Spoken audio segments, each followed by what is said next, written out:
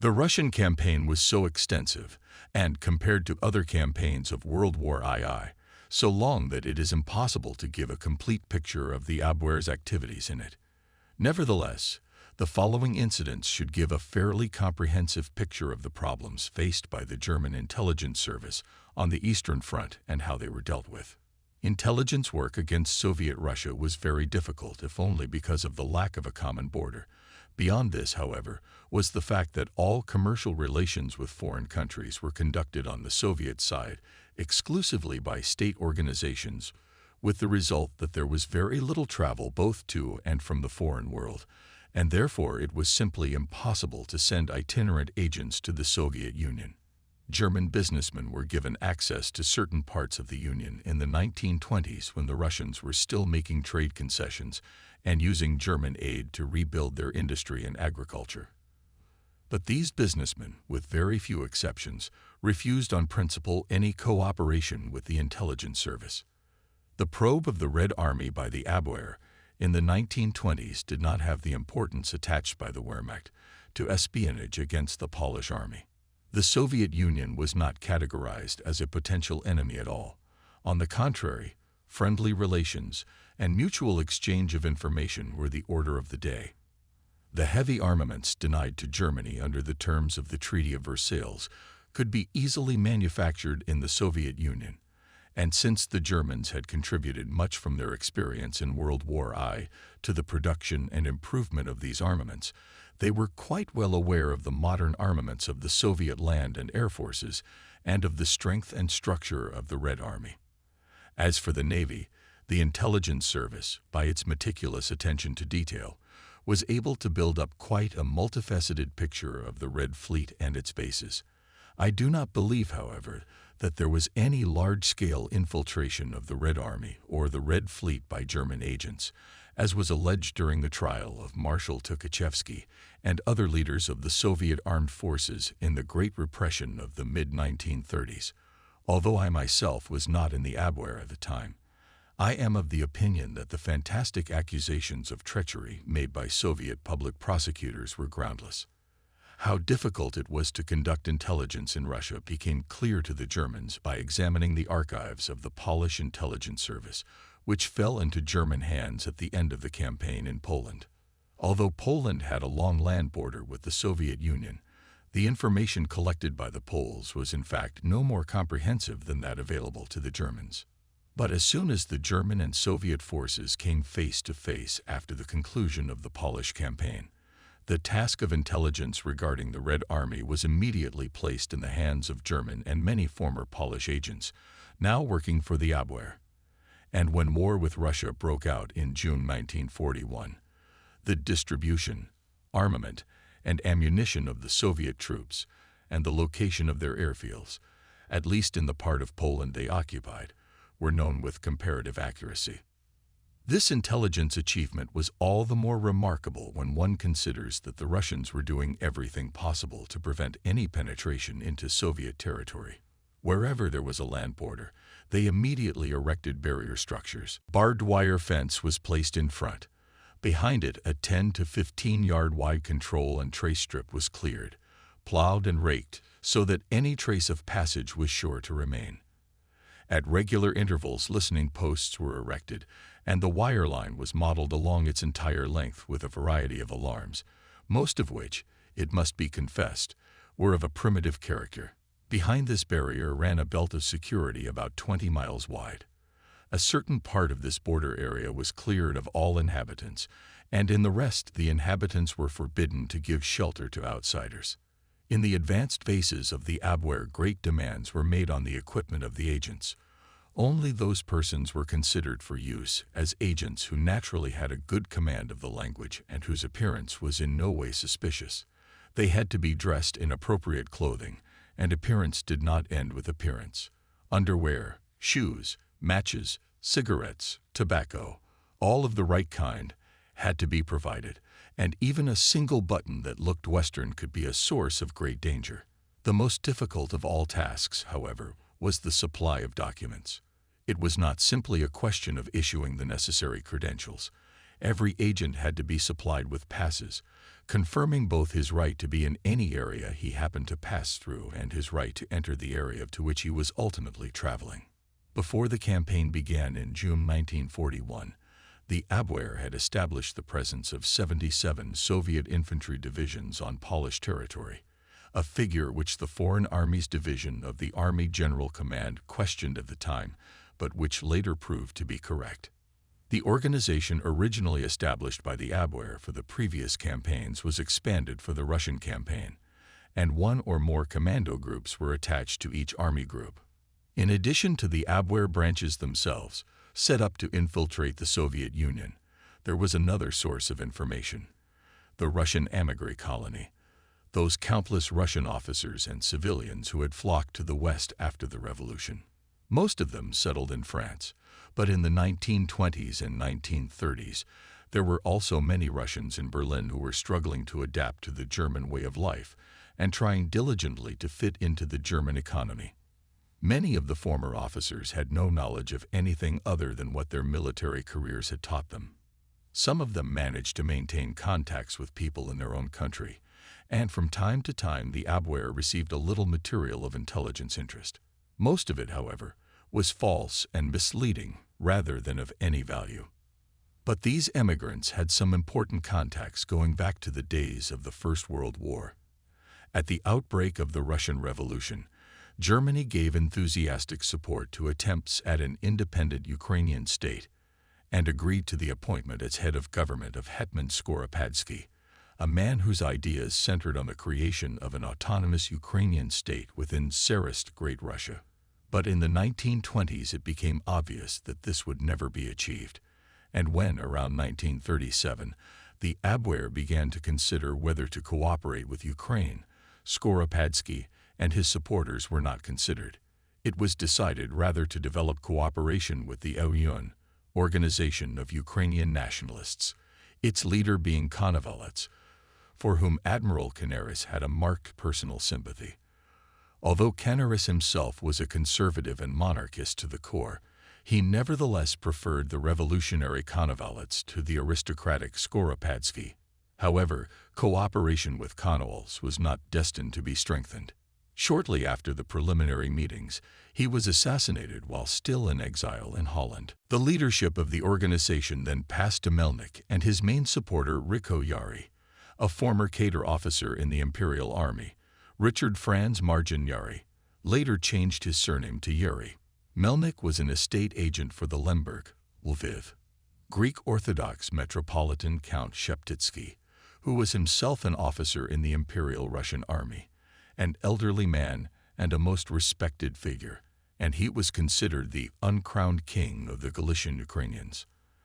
After the Polish campaign, the Abwehr base in Krakow came into contact with Stepan Bandera, a radical Ukrainian nationalist revolutionary who had a significant number of followers, especially among the youth, in Galician Ukraine. Unfortunately, there were serious differences of opinion between Melnik and Bandera. For the former, with his greater commitment to constitutional reforms, strongly rejected the violence and radical revolutionary views of the latter. After some time, a rift developed between the two, which widened with the formation of Vlasov's military units, whose sympathies clearly leaned toward Great Russian politics. The OUN received its funding largely from Ukrainians who had emigrated to the United States and organized themselves into national associations there. In 1938, the Abwehr began military training of young Ukrainians in discreet and isolated camps on Lake Chiemsee. The main emphasis was on training youth leaders in guerrilla warfare, and several groups were sent to the laboratories of the Abwehr I department at Tegel near Berlin, as well as to the training center at Quensgut for instruction in the use of explosives and other materials suitable for sabotage. The Japanese were particularly interested in these attempts by the Abwehr to exploit Ukrainian and other Eastern minorities. Quite a large number of Russian emigrants, mostly Ukrainians, had settled in Manchuria and expressed a desire to cooperate with the Japanese. The atmosphere of mutual trust created by this cooperation between Germans and Ukrainians was severely tested during the resolution of the Carpathian Ukrainian problem in 1939. Notable discontent had already been caused by the arbitration in Vienna in 1938 of the dispute between rival Polish and Ukrainian claims to the territory of Carpathian Ukraine. When Hitler decided in 1939 to cede this territory to Hungary, discontent and consternation arose within the ranks of OUN members. Detachments of Carpathian Ukrainians put up armed resistance to the incoming Hungarians and suffered heavy casualties, while many more were captured and imprisoned. It was Canaris who managed to transfer them to Germany, where the Abwehr took responsibility for their future provision and behavior. At the time, the General Staff was most anxious to undermine the loyalty of Ukrainians who had served in the Polish army. It was believed that the appearance of a Ukrainian volunteer corps on the German side would lead to the desertion of Ukrainians from the Polish army. Ukrainian groups trained by the Abwehr were sent to the isolated sector of Dak-Steinverj in eastern Slovakia, from where they were to move, when the campaign began, to the Galician sector, and then quickly infiltrate behind the Polish front into eastern Galicia with the task of raising their compatriots for partisan warfare and destroying the communication lines of the Polish troops. It was thought that such an action would be more valuable for political and propaganda purposes than in a purely military sense, an assessment, incidentally, applicable to any enterprise of this kind. But all these preparations were again unsuccessful because of the change of political course. Hitler and Ribbentrop decided to give eastern Galicia to the Russians, and so the Abwehr had no choice but to remove the people most compromised among the Ukrainians by cooperation from the territory east of the San River. At the same time, at the request of the Greek Orthodox clergy, the Abwehr team moved the most valuable items of the churches in Peremyshl to the west bank of the San River, shortly before the arrival of the Soviet vanguard. At the end of September 1939, the Soviet-German Friendship Treaty was signed, and the Abwehr was eventually forbidden to have any dealings with the OUN or to support it financially or in any other way. At this point, the Japanese came into play and saved the situation. As participants in the German-Japanese Anti-Comintern Pact of 1936, they were extremely concerned about the most recent turn in Soviet-German relations. The Japanese had close ties with the white emigration in Germany, which was very useful to them in conducting anti-communist propaganda, and which, moreover, had converted a villa on one of Berlin's lakes into a secret printing press. Through an official in their embassy, the Japanese immediately came into contact with the Ukrainians working in the Abwehr I department, took over the liaison with the OUN, and, although little is said about it, kept in touch with the Ukrainians and kept an eye on them until as late as June 1941. Then, of course, things changed dramatically again, and the Germans were again very keen to resume the control over Ukrainian contacts that they had previously allowed themselves to lose. While the Abwehr A department in Berlin was responsible for the technical side and material equipment of all operations targeting targets deep behind enemy lines, the so-called frontline duties, that is, intelligence duties on the front itself and in the immediate support areas, were under the direction of the respective army group or the army itself. To fulfill these duties, the Abwehr commands, I, Lulu, and II, of the Abwehr were placed under the command of the Is, officers of the General Staff attached to the Army Group or the Army, as the case may be, who were responsible for front reconnaissance, and when required, also units of the Brandenburg Division were similarly attached. The Abwehr headquarters was personally responsible for the available composition and equipment of these attached Abwehr commands. This double control, with Berlin in charge of the technical side and the commander-in-chief on the spot giving tactical orders, was not a good solution, and there were endless complications, such as those arising from the double control of the SS and security strike units exercised on the one hand by Himmler and on the other by the commander-in-chief in whose area these units were operating. Direct liaison with the General Staff was maintained by the headquarters of the Abwehr Commando Valley, which was located at Nikolaiken in East Prussia in close local contact with the Wolfschanz, Wolf's Lair, Hitler's headquarters, and the Army High Command. Even as the war of maneuvers on the Eastern Front crystallized into a static confrontation, gaps, and poorly guarded areas could be found in almost every sector of the German and Allied fronts through which agents could be thrown. And where it was impossible or desirable to operate behind enemy lines, parachutists were used, which in the Abwehr constituted the Special Air Wing, partly recruited directly from the civilian population.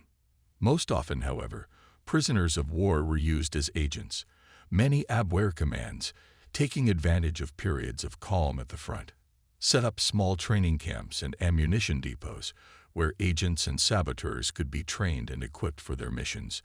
And given the vast distances on the Eastern Front, this decentralization of the Abwehr's frontline activities was very important and proved of great value. It was universally and unanimously agreed that in using prisoners as agents, the strike while the iron is hot method promised the greatest success. The sooner agents could be sent on a mission after receiving the necessary training and instruction, the better. Allowing a long period to elapse between the receipt of instructions and the commencement of action, agents, it was observed, would often sour, and then they would fail. In addition, the long wait behind the German front line inevitably gives them an opportunity to acquire a knowledge of German methods and personnel, and of the personalities of their fellow agents, which, if they harbor double-play schemes, may prove very dangerous.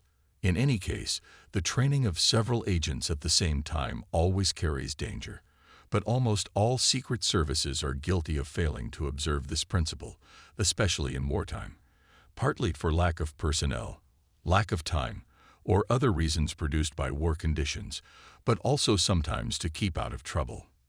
The same general principle applies to the standard equipment of agents.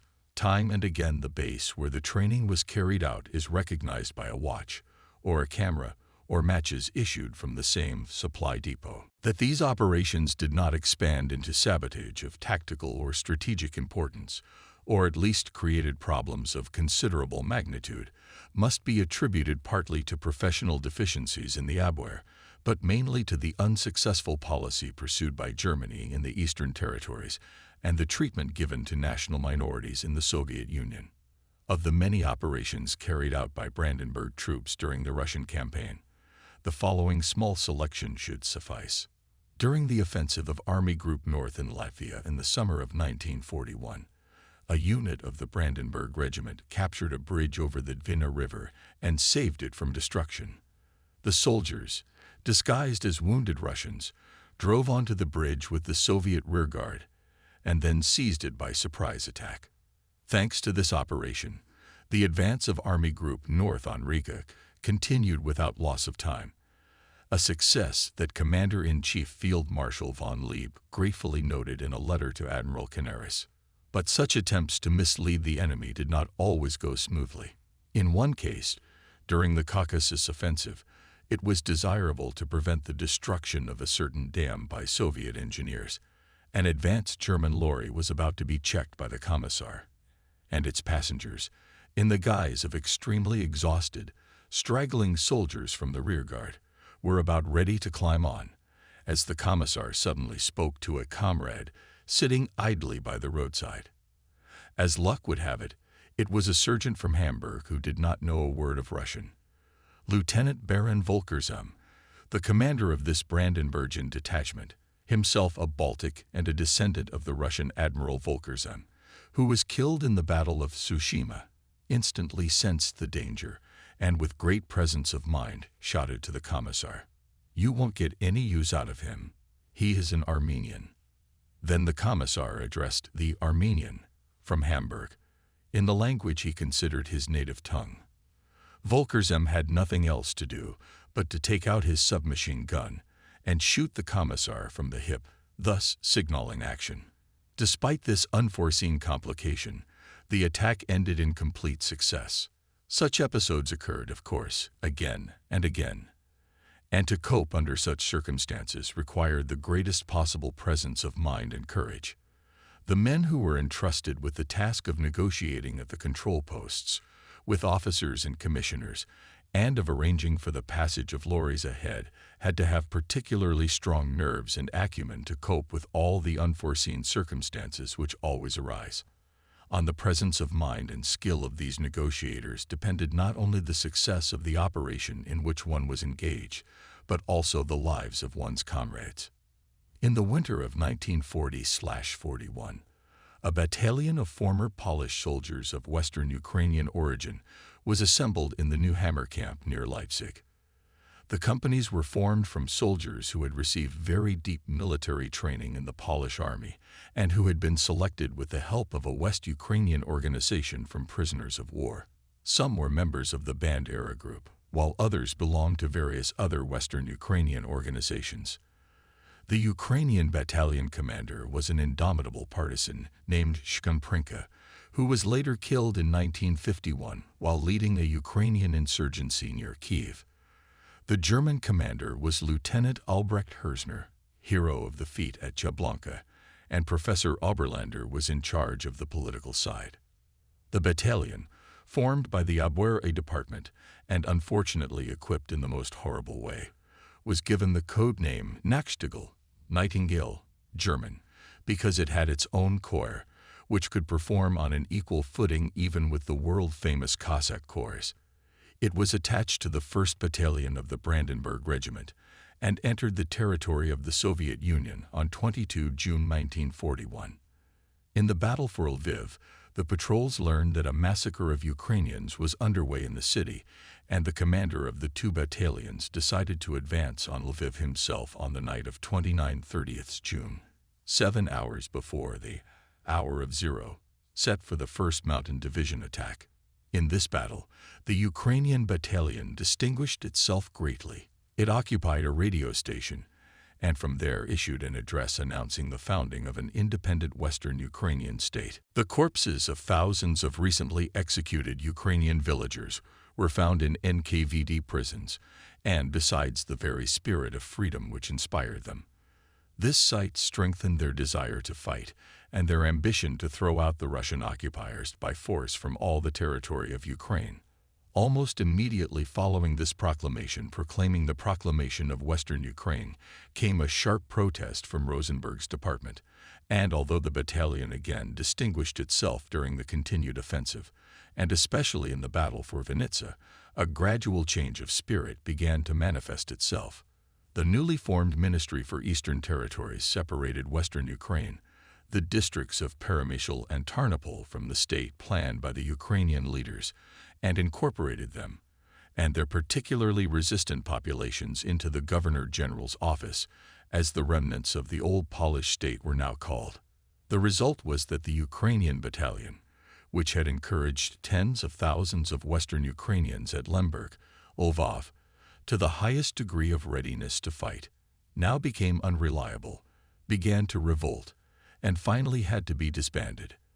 And thus a great potential opportunity was irretrievably lost. Captain Oberlander tried to interfere with Hitler in person, but the Führer cut short his tract by saying, "You don't know what you are saying. Russia is our Africa, and the Russians are our Negroes."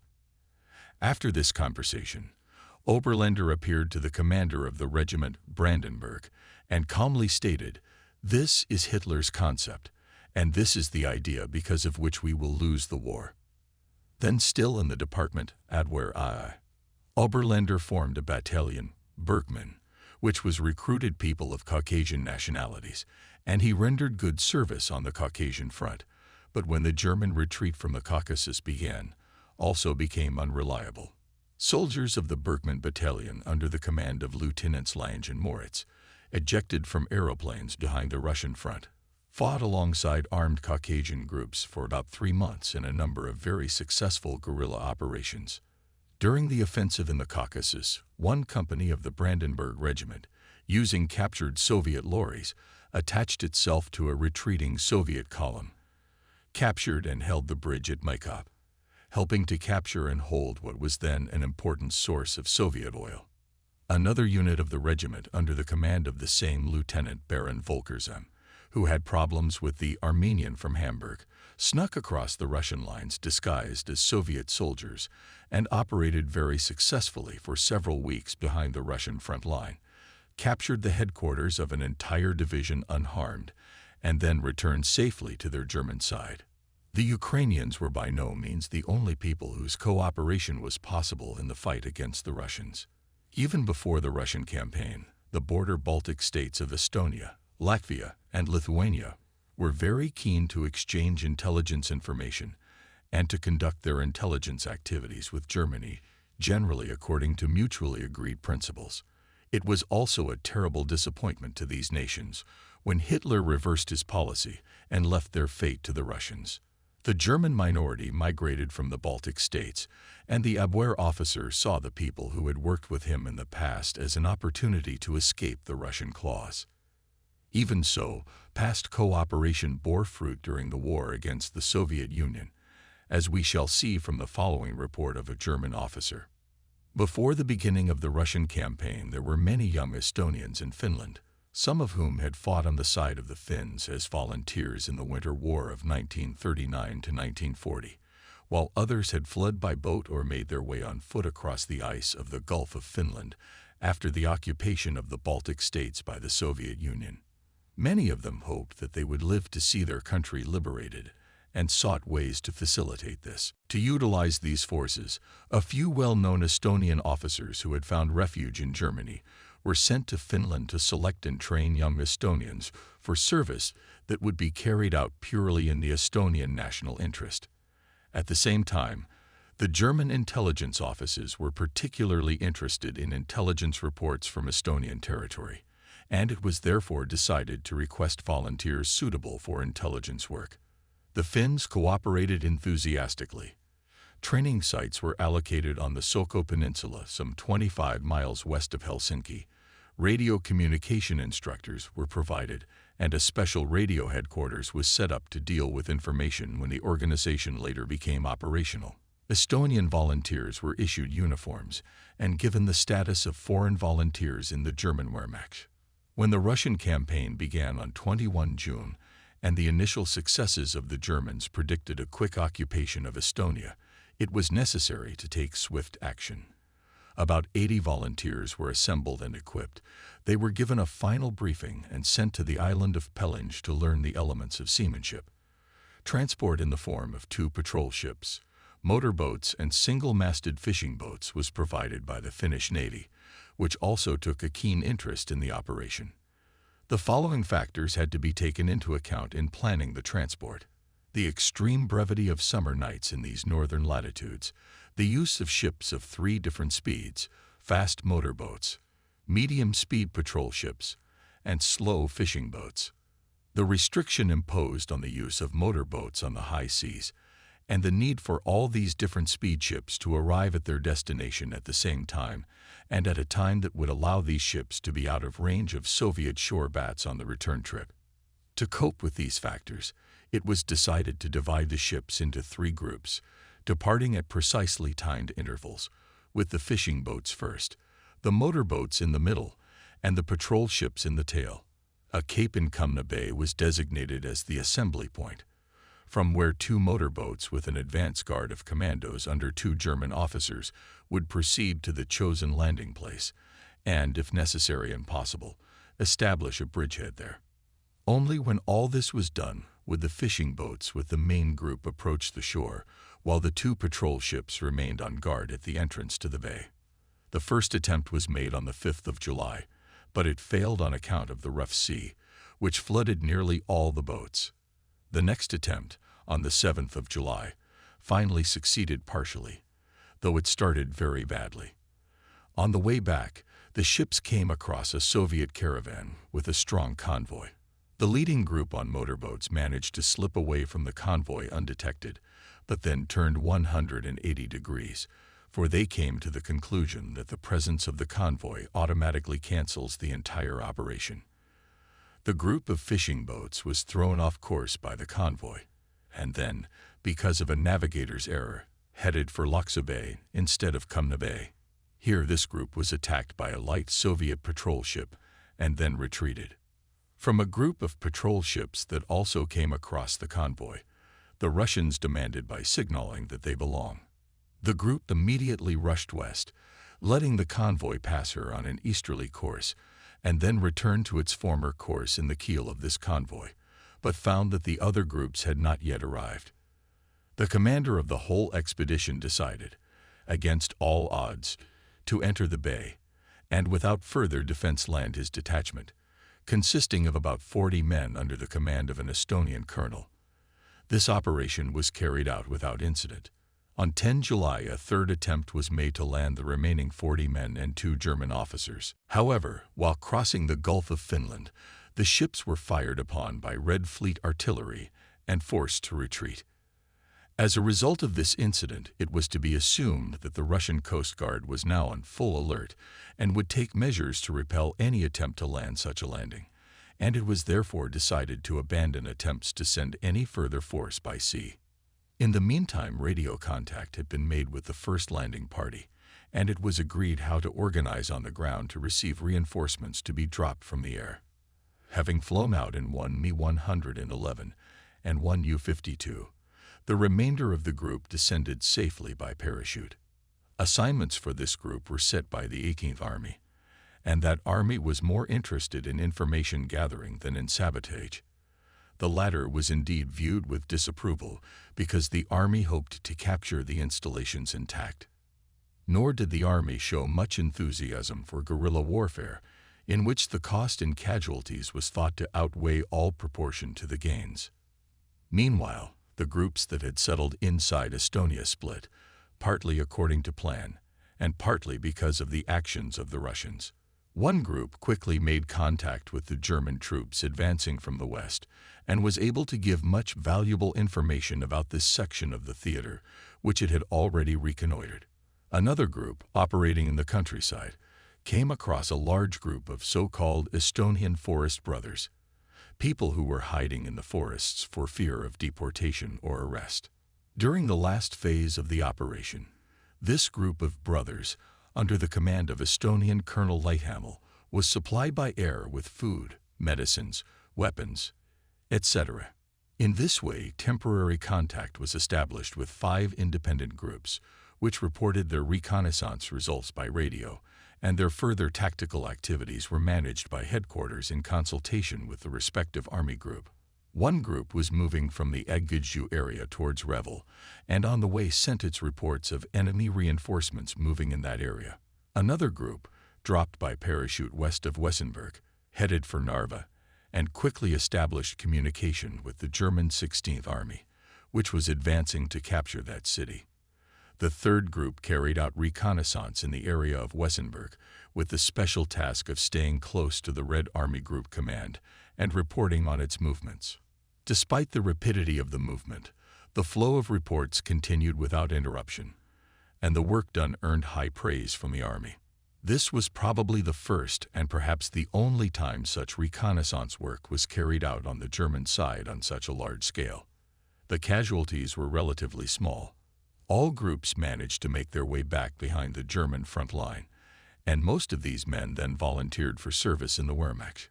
Eventually, 2 groups of the same unit whose homes were in Osel were dropped by parachute, and they too fulfilled their assigned task. Operation Erna, as it was then called, which was seen by the Germans as a battlefield reconnaissance, took on a completely different meaning in the eyes of the Estonian people.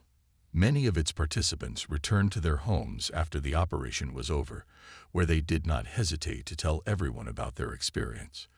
The story could not be kept secret, and very soon it became known to all Estonians. Due to the fact that the operation was carried out under German leadership and that Estonians were given the privilege to speak for their fatherland and strike the first blow in the struggle for liberation, the command staff, and especially the commander himself, earned great respect and trust in Estonian nationalist circles. These facts were sacredly preserved when later, out of considerations of high German policy, the formation of Estonian units was refused on the grounds that it was undesirable to allow Estonians to participate in the liberation of their country and thus give them the legal right to demand recognition of their services.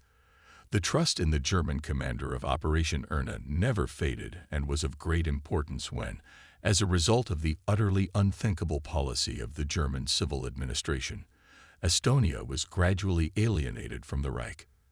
The German commander, for his part, never deceived the confidence of the Estonians and was never the cause of disappointment to the Estonian people. Despite all the strenuous efforts of Soviet intelligence to seal their country, there were still a number of sources throughout the war who were able to receive reports from Russia itself, or who, at any rate, claimed to be able to do so. Perhaps the most surprising case occurred with an agent working under the alias Klatt. At the beginning of the war, the Abwehr office in Vienna had at its disposal a large group of excellent agents who had settled in the southeast of Europe. Very few of them were Jews or persons of Jewish origin, and it was only with the greatest difficulty that the head of the department, Count Maranja Redwitz, managed to protect his staff from the cruel and unfriendly attention of the party machine. But he succeeded, and for a very long time at that. By far the best agent was a man named Klatt, who himself said that he was half Jewish. Klatt's material on the Soviet Union was first-rate and sometimes sensational.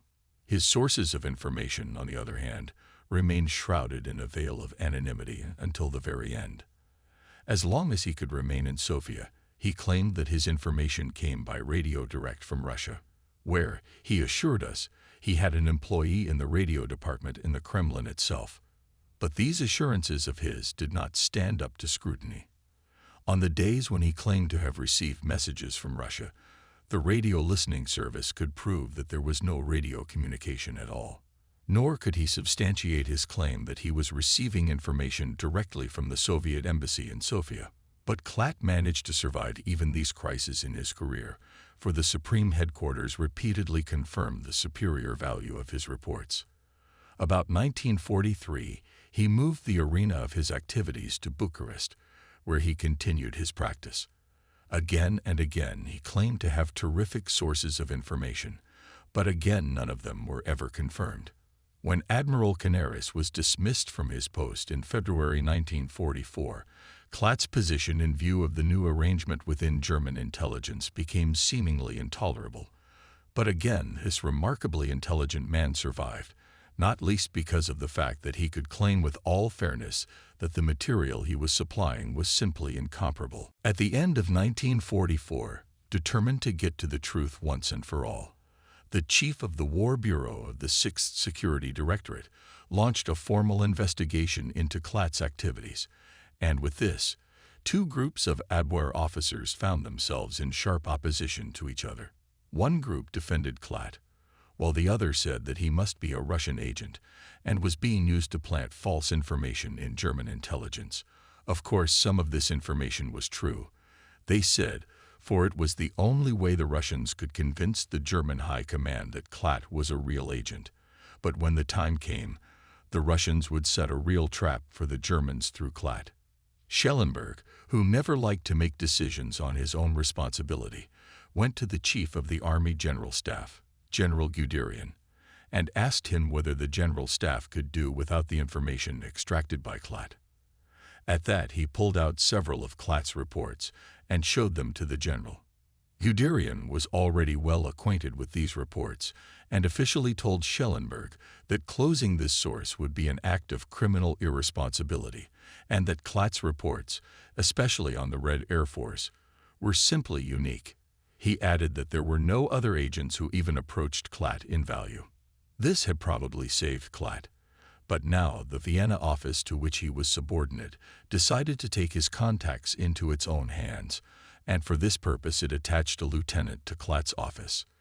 This lieutenant apparently quickly got to the bottom of what was going on, but how much he revealed is difficult to say. Early in 1945, however, he reported that he had gained complete control of Klatt's sources, and Klatt was thereupon dismissed and placed in the hands of the Gestapo in Vienna. The assumption that Klatt was actually a Soviet spy was soon disproved, for as the Soviet armies approached Vienna, he did his best to get out of the city, even at the risk of ending up in a concentration camp somewhere to the west. In March 1945, he approached an old captain in the Vienna branch of the Abwehr, begging him to intervene and somehow get him out before the Russians took the city. One of Schellenberg's officers, incidentally without consulting the chief, agreed that Klatt should be taken somewhere to the west. At the same time, he secretly ordered the officer who was to accompany Klatt to allow the latter to escape on the way. To show his gratitude, Klatt sent his benefactor the following letter. Within the next few days, a gentleman of Japanese appearance will arrive at Aspern Aerodrome on his way to Sweden. Using the password, make contact with him and arrange for him to send his material in future, not to Klatt, but to any other recipient you may choose. No contact was made with the Japanese man in question, but it is almost certain that he was some well-known Japanese journalist who had been working for the Japanese intelligence service for many years. Those who have been involved in the case of this mysterious spy now consider it possible that Klatt and the Japanese journalist were acquainted with each other through their work in the Balkans for many years. The Japanese received the most splendid intelligence about the Soviet Union from Moscow, which probably came from Turkey. It was bought from him by Klatt and forwarded to the Abwehr as his own. Klatt was forced to lie about his sources of information because he thought that if he revealed the truth he would simply be sacked. He was able to pay his informant well because not only did he have a considerable amount of money in dollars, but he was also involved in large-scale currency transactions that earned him a very good income. He did pay for the information he received. This is proved by the fact that when he disclosed the source of the information, he meaningfully stated that the new recipient of the reports must from that moment on assume financial responsibility for payment. As Schellenberg later told his cellmate, he himself believed that this version was correct, and in support of his opinion he cited examples in which Klatt's reports were very similar to the official reports of the Japanese embassy. The full story of this uniquely interesting agent will probably never be known, but the value of his reports was very highly regarded by such authorities as Morona, Canaris, Schellenberg, and Guderian, and they must have been of very great importance. Needless to say, Soviet intelligence did not sit idle in Germany both before and during the war. German counterintelligence had to keep its eyes open. The most impressive case, already discussed in Chapter 5, was known as the Red Chapel. This was the code name the Abwehr gave to the large Soviet intelligence network inside Germany, in the occupied territories, and in such neutral countries as Sweden and even Switzerland. Although the Abwehr was, of course, well aware that the Russians had had agents inside Germany for years, and although masses of Soviet agents were continuously parachuted into the eastern territories, where, because of poor training, they were usually apprehended almost immediately, the scope and extent of their masterly espionage activities came as a stunning surprise. After weeks and months of continuous, meticulous, and invisible work, which consisted of an enormous amount of counterintelligence measures, the Abwehr finally succeeded in seizing a Soviet shortwave transmitter in Brussels on the night of 12 December 1941. This provided the key to what was thought to be the Russians' main spy network, although its threads did not become firmly in the Abwehr's possession until after a second transmitter had been captured, also in Brussels. These threads led to some staggering places: the Ministry of Aviation, the Ministry of Foreign Affairs, and the Ministry of Economics. In all of them, and especially in the Ministry of Aviation, there were Russian agents, Germans, of course mostly communists, working specifically for the Russians as spies, not just enemies of the Nazi regime. There were second-ranking officials and junior officers. Canaris's suspicion that even a bigger fish like Bormann was involved was never confirmed, but the value of the information they could pass on to Moscow was enormous. They operated for several years under the very noses of the Gestapo and the German internal security services, and were it not for the technical brilliance of the Abwehr radio direction finders in Brussels, they might never have been caught. Ideological traitors, who of course did not consider themselves such, are very slippery fish indeed, as the revelations in the Anglo-Saxon countries after the war showed. It was reported that 78 men and women were executed for their participation in the Red Chapel. This figure, however, is not considered reliable, as other sources bring it up to 400. Its exposure, though incomplete, was perhaps the most powerful blow of Abwehr II, and it can surely be counted among its most impressive achievements. The history of this event is as follows. Prior to the outbreak of hostilities between Germany and the Soviet Union, The Soviet spy organization in Germany and the German-occupied territories had been very quiet. However, in the summer of 1941, the German Radio Control Service in Berlin reported to the Abwehr office in Brussels that a shortwave radio station was being broadcast every night.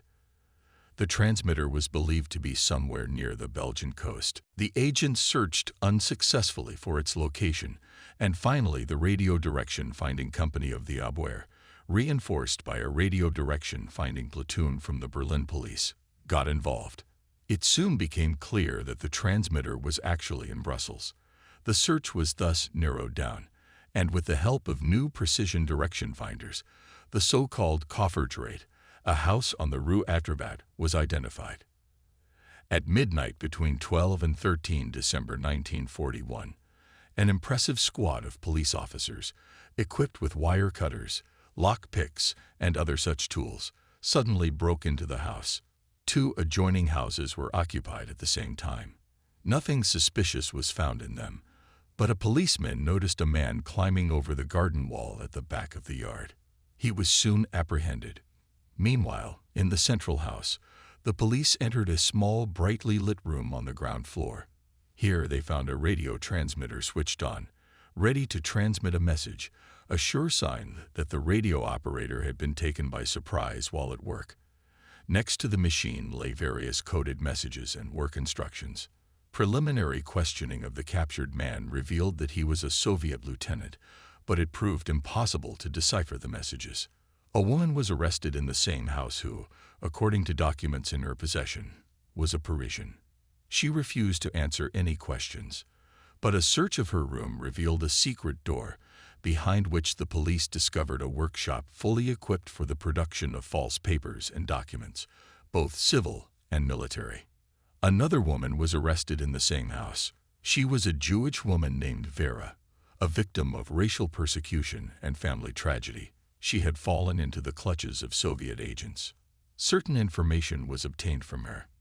In particular, she said that the 2 passport-type photographs found in this workshop of false documents were those of the big chief and the little chief. But who they were, she could not say. The Soviet Secret Service never allowed its agents to know anything about their leaders. Among the papers seized were detailed instructions on how to use the transmitter along with a description of the equipment, all in German. There were also some postal maps with views of various German cities, particularly Berlin, Nuremberg, Augsburg, and Hamburg. Abwehr IIIF, which was responsible for combating foreign espionage, concluded that German citizens, if not German officials, were united in an espionage organization. This suspicion of treachery was strengthened by Gera's statement that people who visited the house spoke German. This, as can be imagined, led to serious perturbations at the Abwehr headquarters in Berlin. In the spring of 1942, news came from Berlin that a new transmitter, possibly also located in Brussels, and operating on the same frequency as the first, was again sending messages to Moscow. As with the first captured device, transmissions were made between midnight and 5 a.m. Using direction finders, this radio station was also detected. On the night of 19 to 20 May, field police broke into a house. There they found the transmitter on the ground floor, but the room was empty. The radio operator had fled. However, policemen posted outside saw the man fleeing along the roof. On reaching the last row of houses, he jumped onto the glass roof. After a brief search, he was found hiding in the basement. Under interrogation, he confessed that his name was Wilhelm Schwarz, that he came from Königsberg, East Prussia, and that he had been a leading worker in the German Communist Party until 1934. Police records confirmed this statement. Schwarz was on the wanted list. He traveled to Moscow in 1934, where he received training for his work in Belgium. In his suitcase, the investigator found fresh reports in encrypted form, and a numerical code was used. He also received unencrypted messages in German. One had a complete Berlin address. Others clearly contained detailed information concerning upcoming German combat operations at Stalingrad and in the Caucasus, operations which, incidentally, did not begin until the end of the following month. On these papers was a note that they must never fall into German hands, for only 4 men in the highest German military positions knew of these plans, so that the loss of these documents should immediately compromise the source. The captured documents were sent by aeroplane to Berlin. At a short meeting at Admiral Canaris' office, it was decided to inform the commanders of the branches of the armed forces. It turned out that the Berlin address belonged to a Luftwaffe officer. It was Lieutenant Schulzboysen, who worked in the headquarters task force in the attaché department at Okeada. Shortly before the Nazis came to power, Schulzboysen had contacted a stenographer who was under police suspicion for political reasons. However, nothing substantial was found against him. Then, through his fiancée, the granddaughter of Prince Eulenburg, he managed to establish contact with Göring, who was impressed by the lieutenant's abilities. He became a lecturer on political matters. This enabled him to make the acquaintance of many young men who fell captive to his attractive and pleasant mannerisms. His unusual lifestyle attracted others. When the war broke out, he managed to get 2 of his young men into the cipher section. By duty, these 2 received first-hand knowledge of the workings of foreign secret services. They passed on to Schulzboysen everything of interest, and he forwarded all the vital information thus acquired to the Russians. When the 2 young men learnt of the revelations in Brussels, one of them immediately informed Schulzboysen by telephone. He immediately collected all the compromising material he could and successfully arranged for its transfer to a safe house in Stockholm. He kept in contact with his men through a secret line to the cipher section. This line was connected to a telephone in an empty office. Unaware that this office had recently been occupied by some officer, Schulzboysen called the number. The officer answered. Schulzboysen immediately apologized, saying he had dialed the wrong number. But the officer's suspicions were aroused. He wrote a report. A shadow fell over the young men, and they were arrested the next time they met Schulzboysen, as was he. A Foreign Office official who was actively working for Soviet intelligence was also identified and arrested. Finally, a considerable number of short-wave transmitters were found in various German cities.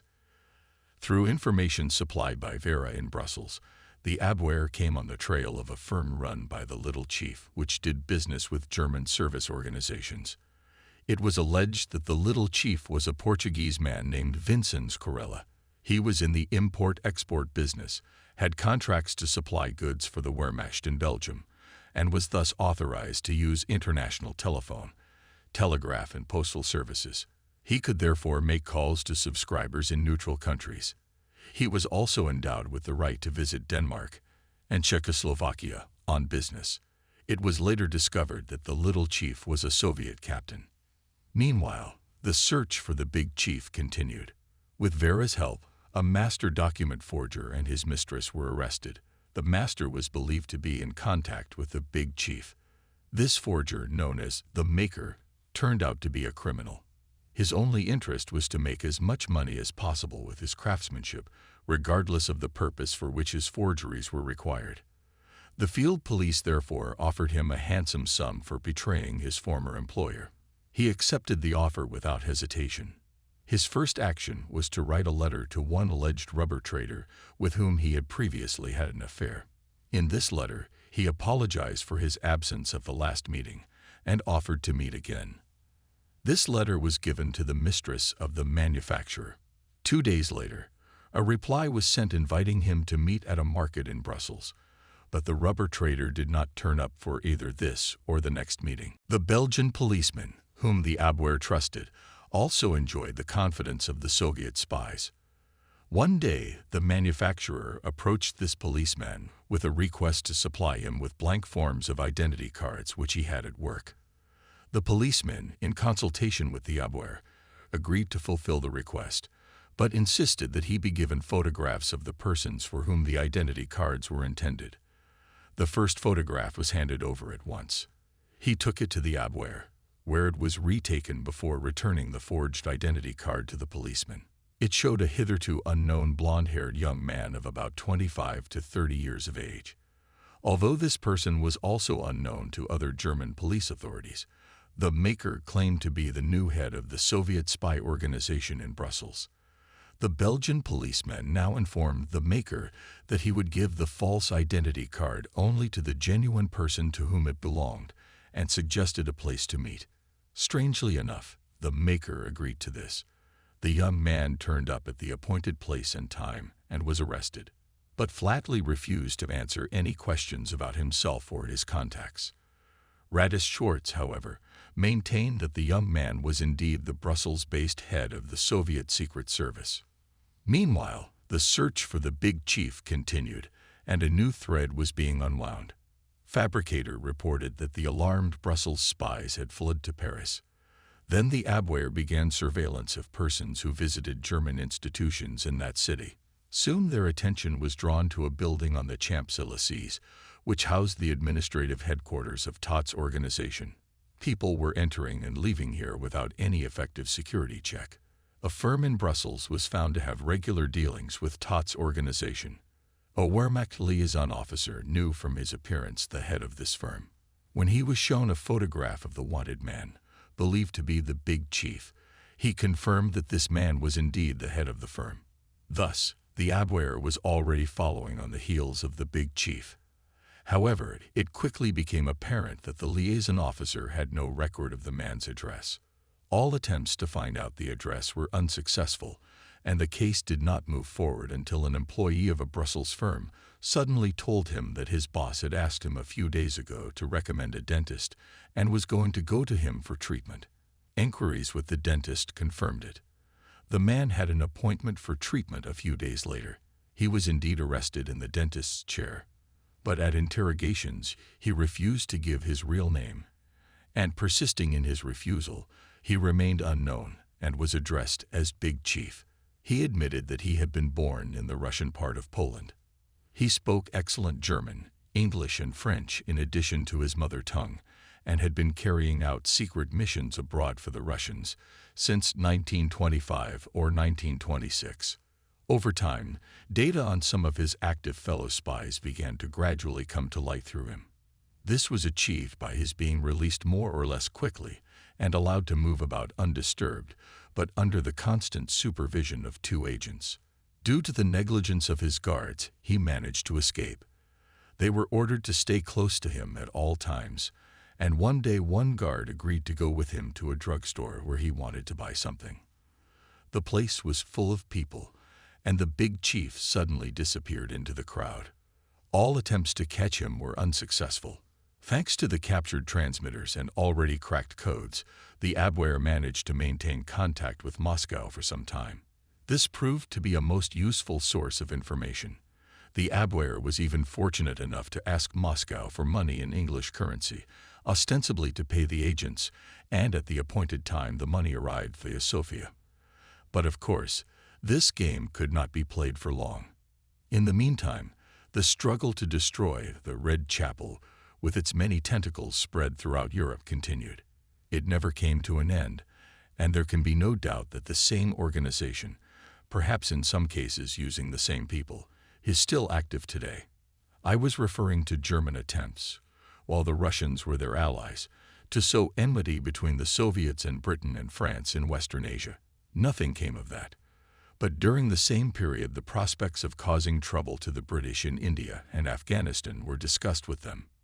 Here, too, the Russians proved more ready to cooperate, but while approving the German idea, they themselves refused to play any part in plans to foment unrest in these areas. The first target was Afghanistan, the long-standing thorn in the side of the British Raj, and the object was to overthrow the pro-British king and restore Amanullah, then in exile in Rome, to his lost throne.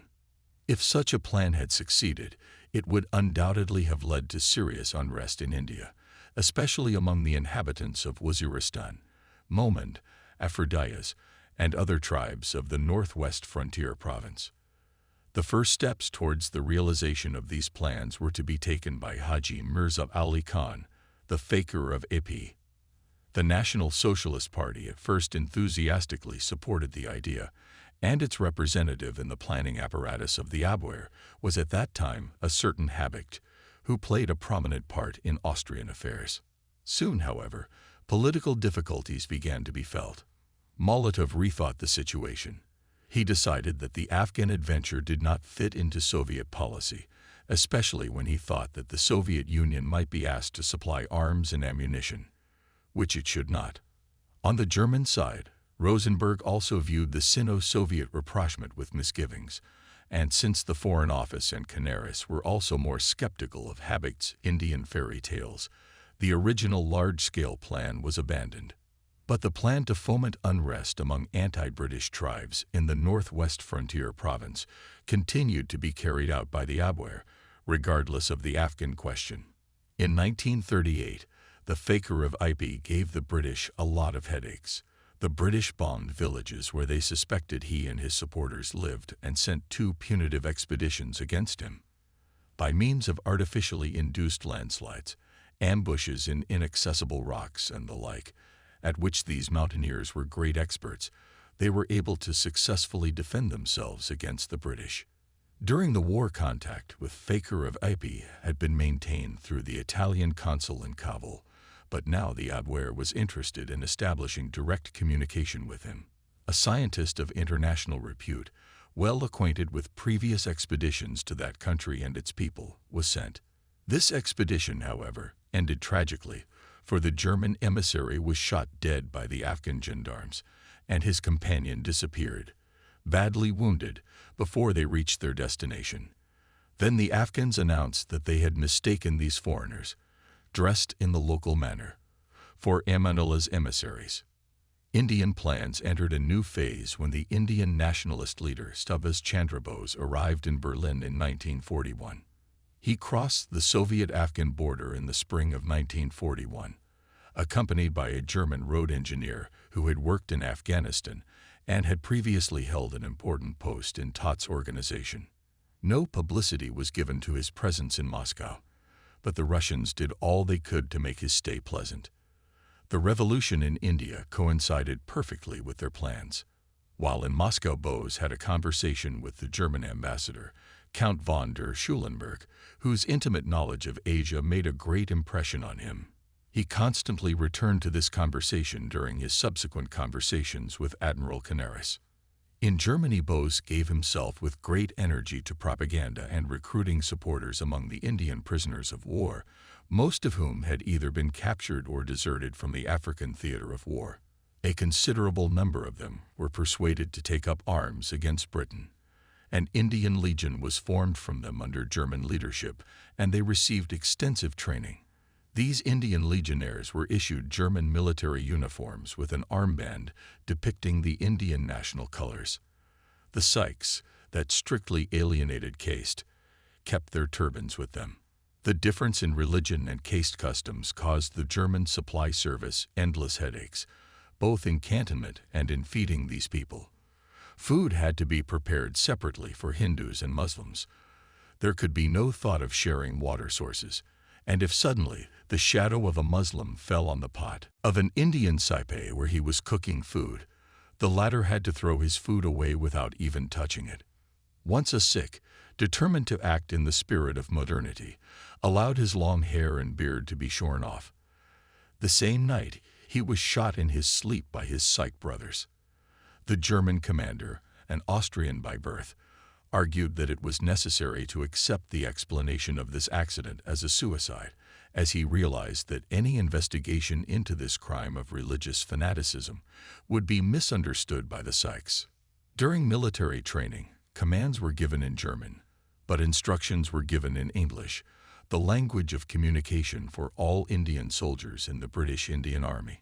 Indian soldiers were particularly skilled in hand-to-hand combat and as scouts, and the warlike Sikhs, who were always favored by the British both in the army and in police service, had all the marvelous qualities required to make them fit into the German military system.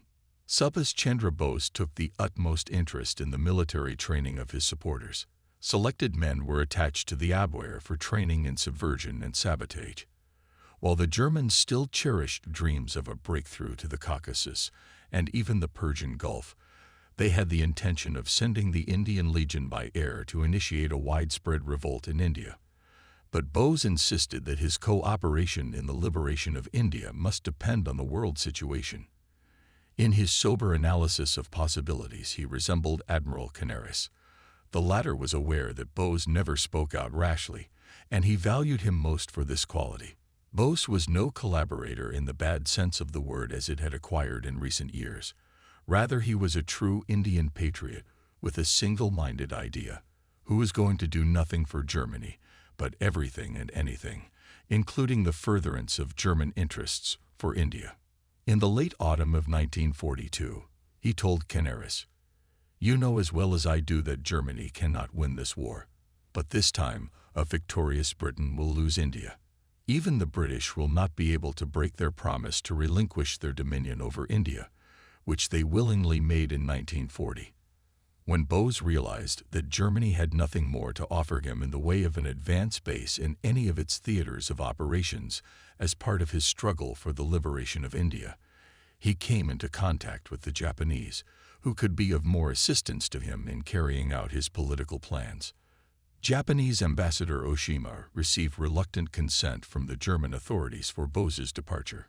In February 1943, he boarded the German submarine U-190 and transferred to a Japanese submarine in the middle of the Indian Ocean. From Japan, he traveled to Burma, and in June 1943, he crossed the Indo-Burma border with a small Indian Liberation Army and a few Japanese units. After the collapse of Germany, he was still fighting a jungle war against the British. According to the official report, he crashed while flying over Formosa to Japan in a Japanese warplane. There were later reports that he was now in China, but they are probably not credible. After his departure, Bose's supporters in Germany found themselves without a leader. Between 1944 and 1945, they were used in air defense units and as coastal patrols on quiet sections of the Western Front. Some of them eventually managed to return to India, and when Indian Prime Minister Pandit Jawaharlal Nehru ceremonially raised the flag of independent India in New Delhi in August 1947, among the many Indian soldiers present were several former comrades in arms of nationalist leader Subhas Chandra Bose. The increasing intensity of economic warfare in the Atlantic and its extension to all seas, including Antarctica, led in the spring of 1940 to an exploration of the possibility of attacking the enemy war economy in the Pacific. Japanese sources were reporting that tungsten and other strategically important raw materials were being shipped in increasing quantities from East Asian ports to British and neutral country ships bound for Britain. Among the most active ports were Shanghai, Canton, Manila, and those in British possessions on the Malacca Peninsula. Attempts to strike at this trade by submarines operating off the African coast were generally unsuccessful. To reach the Chinese seas was beyond the capabilities of German submarines, as their range was insufficient for such distant operations. But in those years, when Germany still maintained friendly relations with the Soviet Union, a very tempting route for sending raiders, ships attacking a convoy, into the Pacific was the Northeast Passage through the Bering Strait into the vast open Pacific. The favorable Japanese position supported the feasibility of this plan, for the successful execution of which there were two prerequisites. First, the raiders must pass through the Northeast Passage completely camouflaged and undetected, and second, once in these places, they must be adequately supported in the Pacific and constantly supplied with information on the changing maritime trade routes in connection with the war situation, on the density of enemy shipping in the various regions, and on the various aviation and radio security measures, prima facie, of the enemy shipping in the Pacific, and on the various security measures in the Pacific. Before the outbreak of war, a trial liaison between the ABWER and Japanese naval intelligence was established at the insistence of Admiral Canaris. But the general world situation in the 1930s was such that it seemed unlikely that Germany would be able to wage cruiser warfare against merchant ships in the Pacific for the foreseeable future.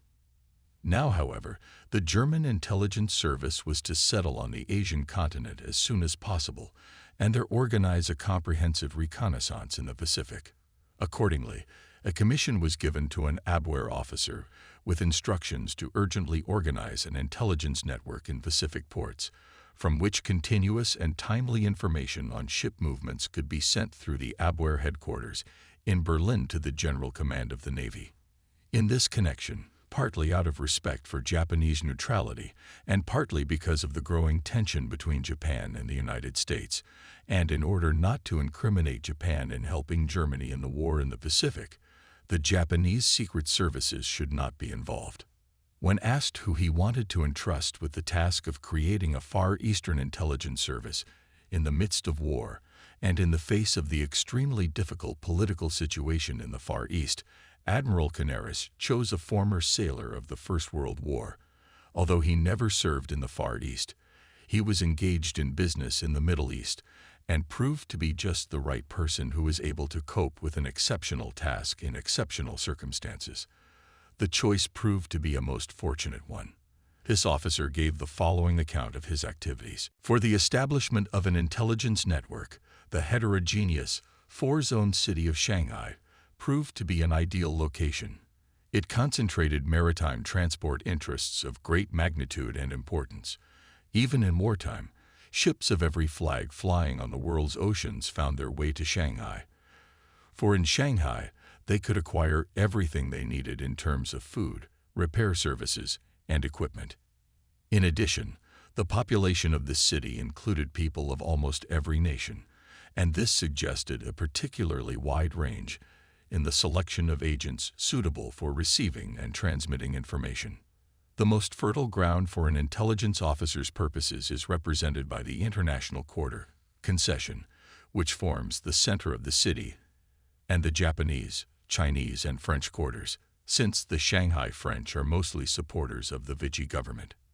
On the other hand, the very heterogeneity of the city compels the intelligence officer to extreme caution and requires him to exercise sound judgment of human nature and the ability to discern why any particular agent has offered his services. In this case, we were able in a comparatively short period of time to reconnoiter and almost completely cover all shipping on the Wanpu and Yanks. But long-distance radio communication from Shanghai to Berlin was at first fraught with many technical difficulties.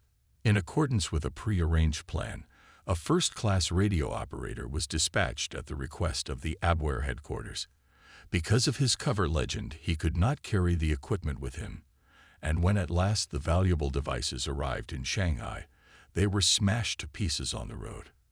At first, we tried to find the necessary spare parts in the local market, but again we had to proceed with extreme caution lest the enemy secret services should get even a remote idea of the nature of our activities.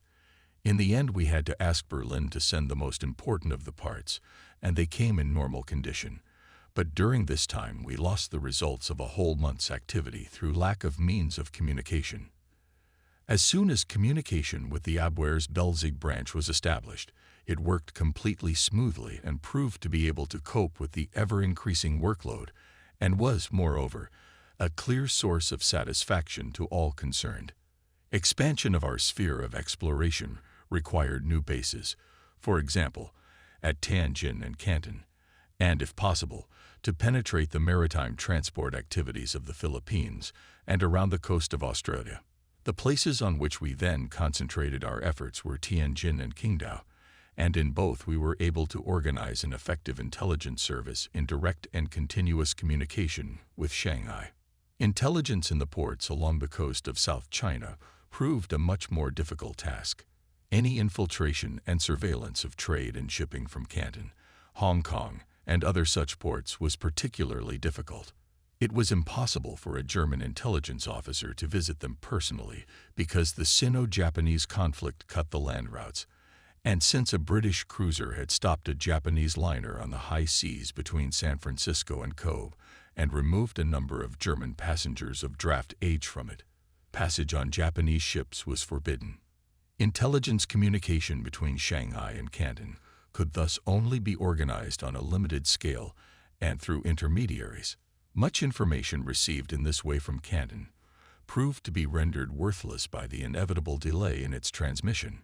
To remedy the situation, I decided to try to reach Canton myself by way of Nanking, in spite of the war. But I was forced to abandon this attempt before reaching Nanking, as the Japanese military authorities would not tolerate the presence of any foreigner in a war zone. Alas, it was impossible for me to change into Chinese clothes. My skin was not the same color, and my eyes were not the same shape. Looking back, I feel satisfied that the information sent by our organization to the Supreme Naval Command made a significant contribution to the damage done to enemy shipping in the Pacific. Thanks to us, the auxiliary cruiser, which successfully passed through the Northeast Passage, received timely information of important developments in the Pacific and was able, among other things, to slip undetected through enemy communications and lay minefields near various Australian ports, which caused great damage to the enemy's shipping and very effective disruption of his normal shipping schedules. Our observation of the enemy's methods of shipping in the Pacific has also given us valuable insights, which have enabled us to arrive at conclusions about the convoy system used in the Atlantic and the methods of concentrating convoys near the African coast. In the Pacific, ships usually sailed autonomously and traveled to prearranged rendezvous points where convoys were formed for onward travel to the British Isles. Thus, the Shanghai branch performed a service whose effectiveness affected even submarine warfare in the Atlantic Ocean. The outbreak of war between Japan and the United States in December 1941 put an end to the work of the Shanghai office as far as German naval operations in the Pacific were concerned. But the branch, which by the end of 1941 had expanded very markedly, continued to function with a new staff and with new tasks dictated by the changed conditions, practically to the very end of the war.